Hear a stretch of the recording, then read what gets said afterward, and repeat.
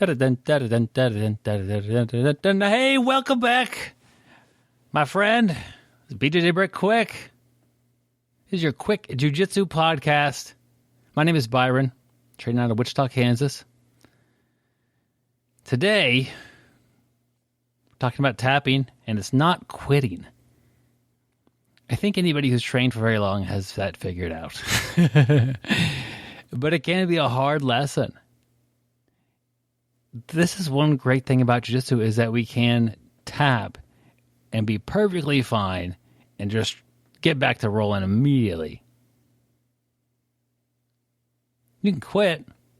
Now, there are different elements of quitting. You can quit jiu-jitsu altogether. It's not really advised, but that's one thing you could do. You could quit mid-roll and stop trying to really get better at jiu-jitsu, but kind of like, there's 2 minutes left, and this guy's really good, and I'm getting tired. Let's lock it up.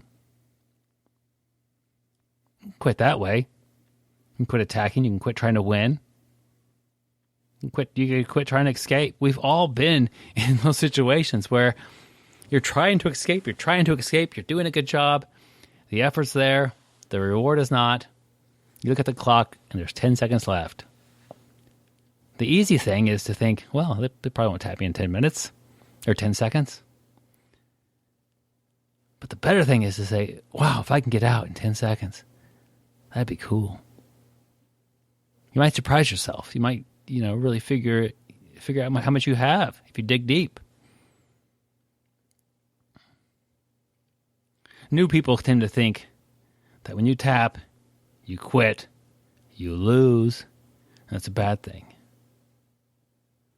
And I'm not going to tell you every time you tap, you're going to learn something. We all tap too much. So if I learned every time I tapped, I'd be a genius.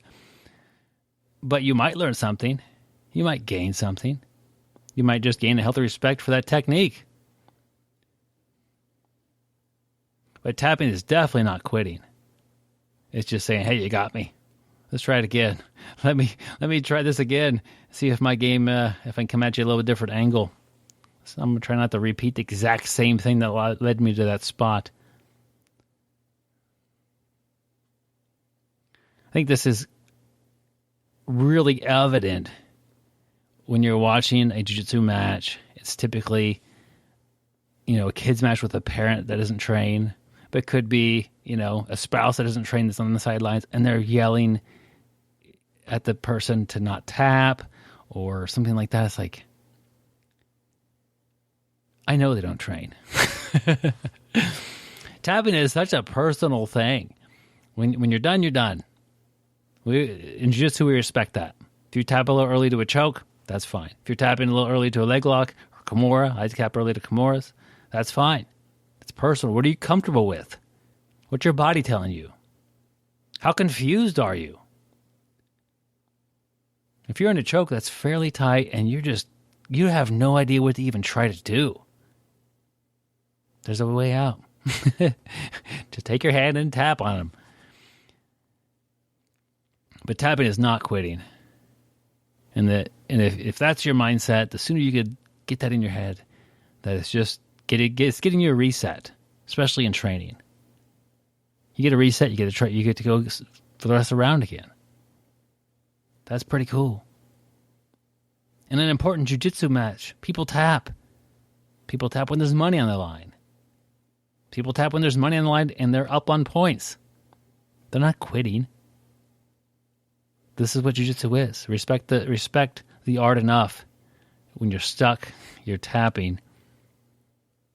You're not getting injured. How much is an injury worth? It's expensive. You might have large medical bills, pain and suffering. You might not get to train for a while. You might have your loved ones questioning why you do this and trying to motivate you to do something different with your time. You might miss work. Tapping is a mechanism that lets us train hard. So, without that, I don't know what training would be like. It wouldn't work. You would try it a couple times. Somebody would catch you in something, and you would be done. And after being injured for 2 months straight, you come back and do it again, injured again. Like, that's a horrible sport. Hope you have a great day today. And I hope you stay sweaty, my friend.